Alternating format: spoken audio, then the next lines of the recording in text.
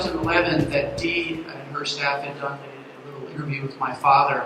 He had started, he had run a country inn up in Salisbury, Connecticut, and then in the late 60s, middle 60s, an old Englishman, Stanley Mason, had said, well, John, you should be selling tea. And he said, no one drinks tea, why would I sell it? But eventually, he did start selling the tea, my father, and then eventually Stanley said, why don't you buy the company? Probably with a British accent. But he then started Harney and Sons Tea, and we've been growing ever since. Unfortunately, my father died a year and a half ago, but he has been trying to live the dream that he set up, which is great teas from around the world, great customer service, and very reasonable prices. So, and all in a family thing. So my brother works with me. My wife runs our shop up in Millerton, New York, and then my son, middle son, runs a shop we have down in Soho in Manhattan. So we get around a little bit. We're actually sold in all 7 continents, or drunk in all 7 continents. The last continent, of course, is Antarctica, and they don't buy it. They don't have a shop there, but they do use the tea at the NASA station.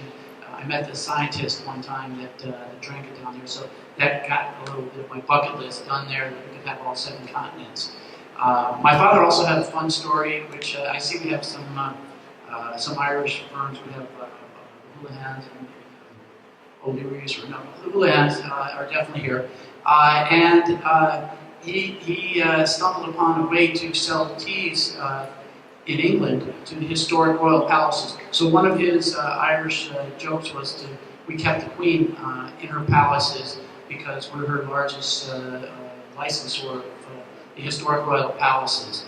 So my father would be very happy that family business, our family business, is doing well. And I think there's lots that families do bring. I know that Danielle and Dee, it's great that they're doing this for these families, is that family matters, or family values, I think, are important. For us, taking care of the customer is very, very important. We go out of our way to make sure that they're very happy. I'd like to think we do a better job than a large corporation.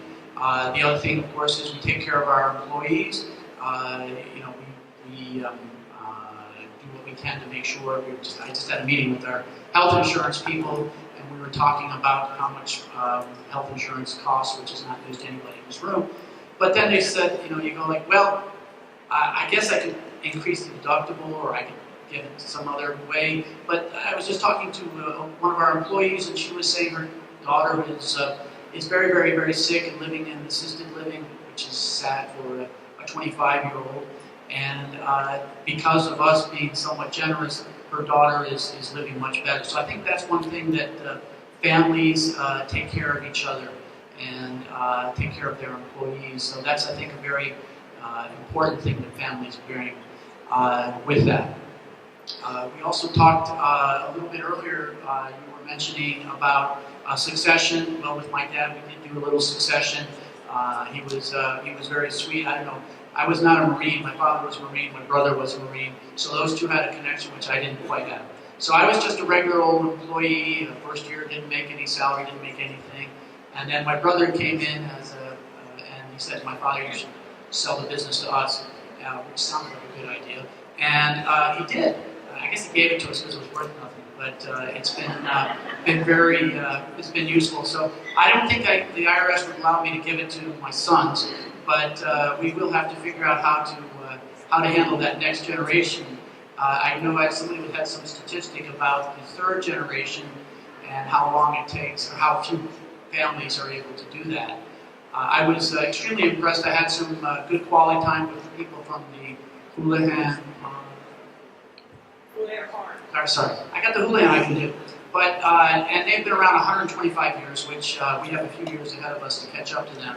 And there's other family businesses here which have that. So I do wish everybody, I congratulate you and wish you the best of luck in the next year. So with that, I'll pass it on.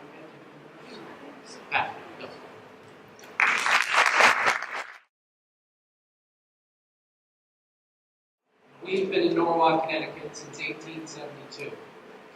We're primarily building supply material distributor. We also do some manufacturing.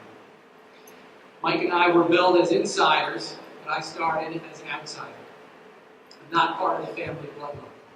However, I do make sure our company has family values and shares those with the employees and throughout the community.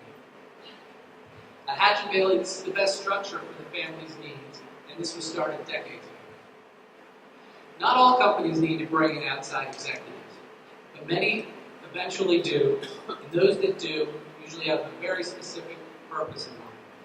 They want to design their company for the future. This could be part of a leadership transition within the family, a growth initiative, or to turn something around. A big part of the value is that we know what you are going for, and we know how to add value quickly. For us, we get to be part of something enduring. We can see the impact of our contributions every day. I've held different positions across a variety of industries as an employee and a management consultant before becoming CEO. I always enjoy bringing a fresh perspective to the company. So I'll share some insights as an outsider. It is hard to come into a company at the time, for both of us. There are huge vulnerabilities on both sides. We need you to back us up 100%, and then we'll be there for you. We can professionalize departments and processes, but generally only you can professionalize your culture. Owners often do jobs they shouldn't do. So take stock regularly, let go of some stuff, and find a good balance. Be careful of too much multitasking in your organization.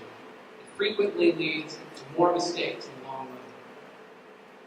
Do not say, if it ain't broke, don't fix it, for so long that it breaks and you don't even know.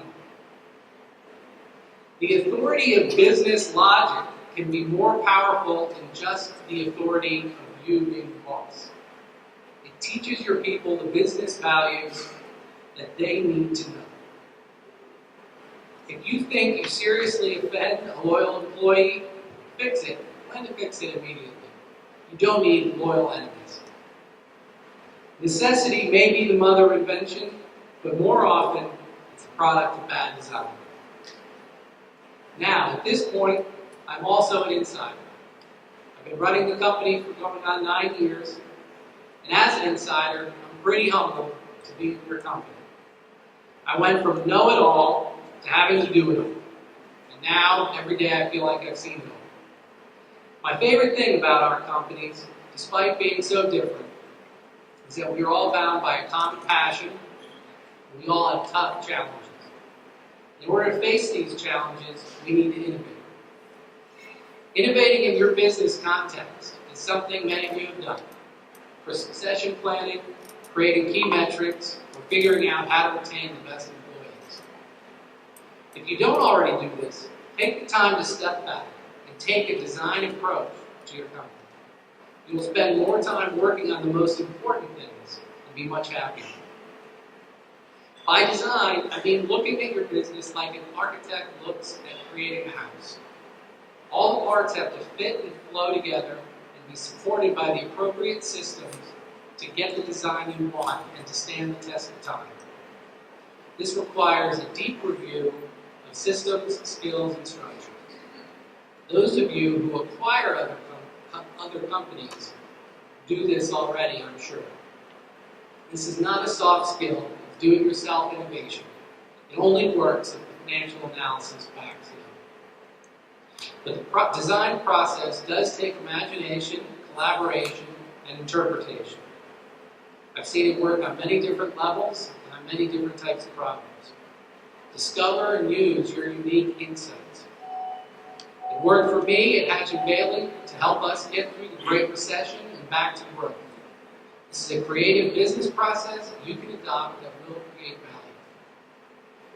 I once had a client who was so wrapped up in the daily hurricane that his job had turned into, he did not stop and hired an assistant to help him manage his software projects at his software company.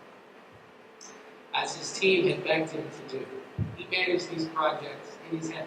He was a brilliant man. The reason I was brought in as a consultant was to reorganize all these projects, while he took a leave of absence to deal with his anxiety disorder.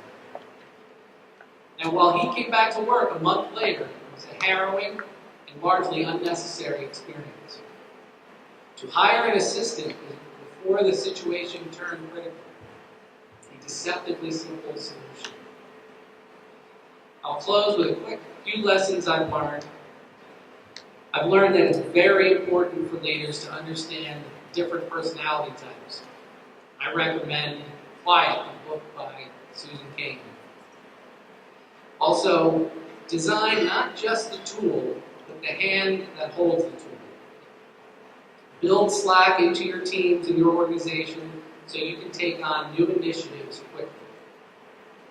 And lastly, for my own benefit mostly, remember to take your own advice. Thank you all very much.